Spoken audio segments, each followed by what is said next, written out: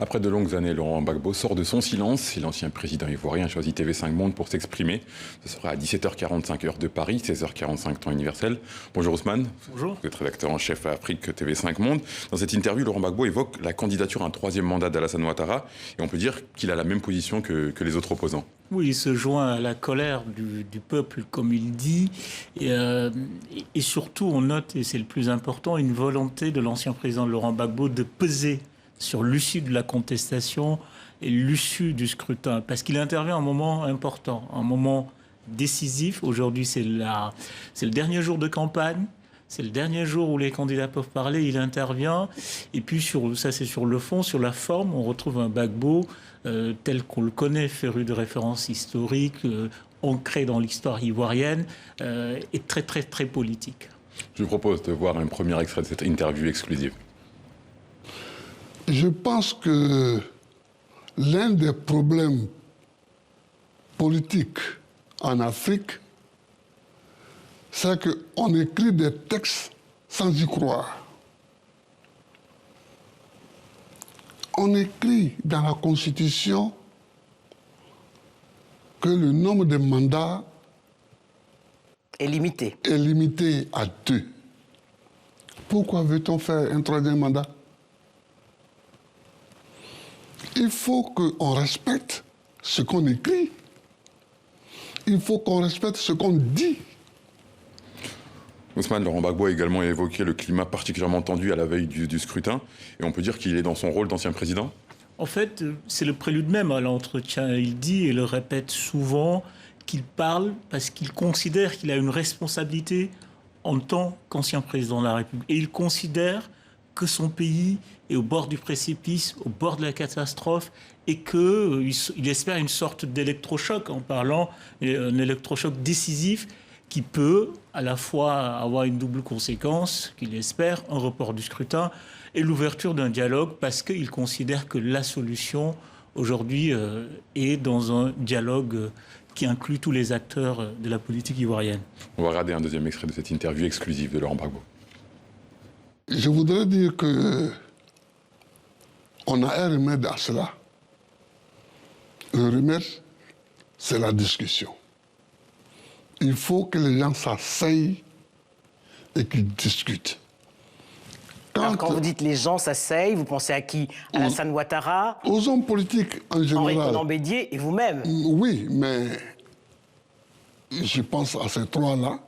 Mais le champ politique s'est élargi depuis.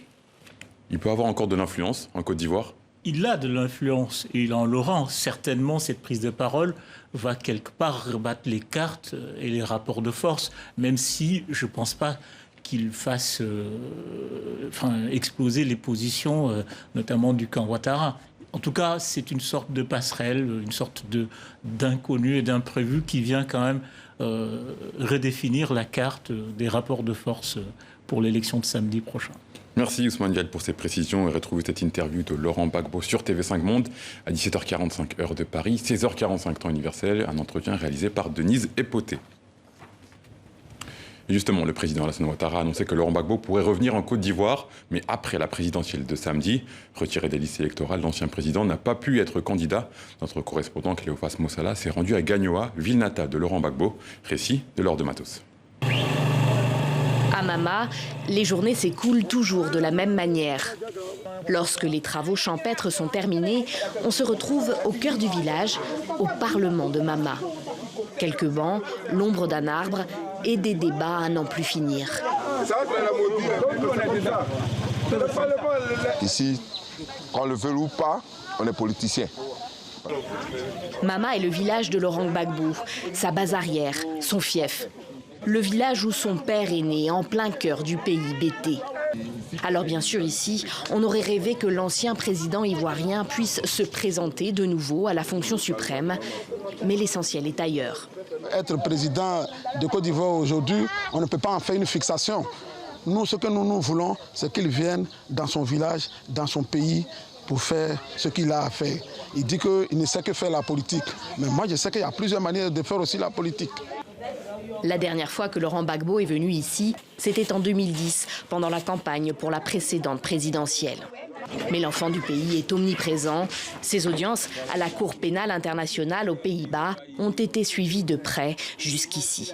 Le jour qu'on avait appris que la CPI a quitté Gbagbo, tout le vieux était en joie. Même les moutons, les poulets dansaient. Après un moment donné, on n'entend plus rien. Pourquoi ? Dans la région, la majorité de la population vote FPI, le parti de Laurent Gbagbo, quand le FPI participe aux élections.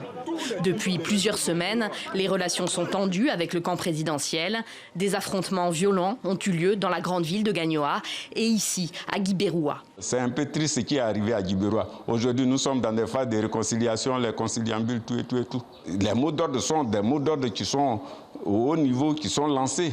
Donc, nous sommes dans cette veine-là. À haut niveau, l'heure n'est pas à la réconciliation. Dans la région de Gagnoa non plus.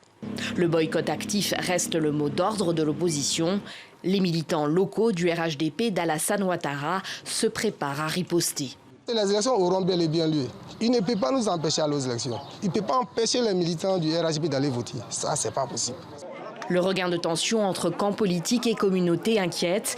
Fin septembre, les chefs traditionnels et leaders de la société civile se sont retrouvés à Payopa, à 15 km de Gagnoa, pour appeler à un dialogue direct entre Alassane Ouattara et Laurent Gbagbo. Il faut que l'État et les partis politiques de leur côté fassent la paix.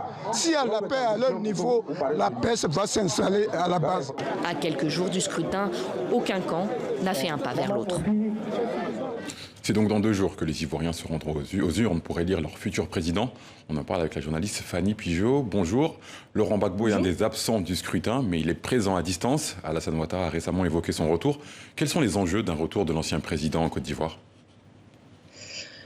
Ils sont évidemment très importants puisqu'ils représentent encore beaucoup pour une bonne partie des Ivoiriens sur le plan politique. Il est aussi, on voit bien que sa parole prise aujourd'hui sur votre antenne TV5 est importante. Donc oui, il a une aura de toute façon et un rôle politique encore réel. Comment vous analysez la stratégie de l'opposition dans cette campagne qui appelle à la désobéissance civile et au boycott du scrutin ? Pour l'instant, on a un peu de mal à voir ce sur quoi ça va aboutir le 31, ce samedi 31. Mais il est évident qu'il y a eu donc ces manifestations pour dire non à ce 3e mandat de Alassane Ouattara. Ces manifestations ont été réprimées pour beaucoup. Elles ont fait parler d'elles aussi. Qu'est-ce qui se passera samedi ? Évidemment que le taux de participation, si le vote a effectivement lieu comme prévu, va être faible. Tout l'indique. Après, bon, là, on est vraiment dans une période de crise préélectorale, hein, c'est évident, pour de multiples raisons.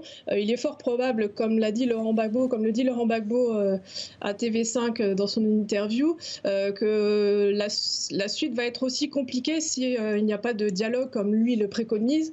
On va vers une situation de crise post-électorale parce que même si le président sortant, Alassane Ouattara, sort gagnant et déclaré gagnant de ce scrutin, avec un taux de participation qui sera évidemment visiblement faible, sa légitimité sera encore plus compliquée à défendre, sachant qu'en plus, donc, son 3e mandat envisagé n'est pas prévu par la Constitution. Le contexte est différent de 2010 et pourtant il y a cette crainte de violence post-électorale. Comment vous l'expliquez ? Violence post-électorale, je ne sais pas. On est vraiment effectivement dans une configuration totalement différente de ce qui s'est passé en 2010. Il ne faut pas oublier qu'à l'époque, le pays était coupé en deux, que la moitié, plus de 60% du territoire était sous le contrôle des rebelles des forces nouvelles et que ces forces ont été mobilisées par Alassane Ouattara à l'époque. Elles ont eu le soutien de puissances étrangères, dont la France, le Burkina Faso, le Nigeria, etc. C'est ça, en fait, qui a causé les violences post-électorales en 2010-2011. Là, il y a pas, l'opposition n'a pas d'armée rebelle à mobiliser, n'a pas, voilà, il y a visiblement pas de violence organisée, armée, programmée. Pour l'instant, On peut simplement se douter qu'il y aura des manifestations éventuellement, mais encore une fois, il peut encore se passer des choses d'ici à samedi. Peut-être un dialogue qui sera organisé. Je crois qu'il y a beaucoup de choses encore qui vont se passer. Vous avez évoqué précédemment la question du 3e mandat. Elle a été omniprésente dans la campagne. Cela dit quoi de la démocratie ivoirienne ? Eh bien, effectivement, la Constitution est assez claire sur la question. Il y a une limitation à 2 des mandats présidentiels, ce que fait remarquer, ce que souligne et ce que réclame l'opposition actuelle. C'est assez compliqué de parler d'essayer de juger la démocratie ivoirienne là-dessus, mais il est évident que depuis plusieurs années, il y a beaucoup de choses qui n'ont pas été respectées dans cette constitution par le pouvoir actuel et qui créent ces tensions actuellement. Oui, on est dans une situation assez compliquée, il n'y a pas de doute là-dessus. Quelle peut être l'influence de Paris dans ce scrutin de la France ? Alors, évidemment, Paris n'a jamais renoncé à peser sur la trajectoire politique, économique de la Côte d'Ivoire. La Côte d'Ivoire, c'est un pilier de sa zone franc en particulier. Là, on sent que l'Élysée est embarrassé par le fait que Alassane Ouattara, qui a été très proche de Paris toutes ces dernières années, ait décidé de se présenter, malgré la loi fondamentale. On sent qu'il y a aussi des choses qui s'organisent. On entend parler de rapprochement du banquier Tidiane Thiam, qui a été ministre, qui a dirigé il y a quelques années déjà, mais qui a dirigé ces dernières années Crédit Suisse et qu'on dit aussi proche de Emmanuel Macron. Bon, là aussi, il y a des choses visiblement qui se discutent. On verra ce que ça donne, mais il est évident que Paris suit tout ça de très très près et cherchera à pousser les choses dans une direction qui l'arrange. Merci Fanny Pigeaud, journaliste et auteure, d'avoir répondu à mes questions.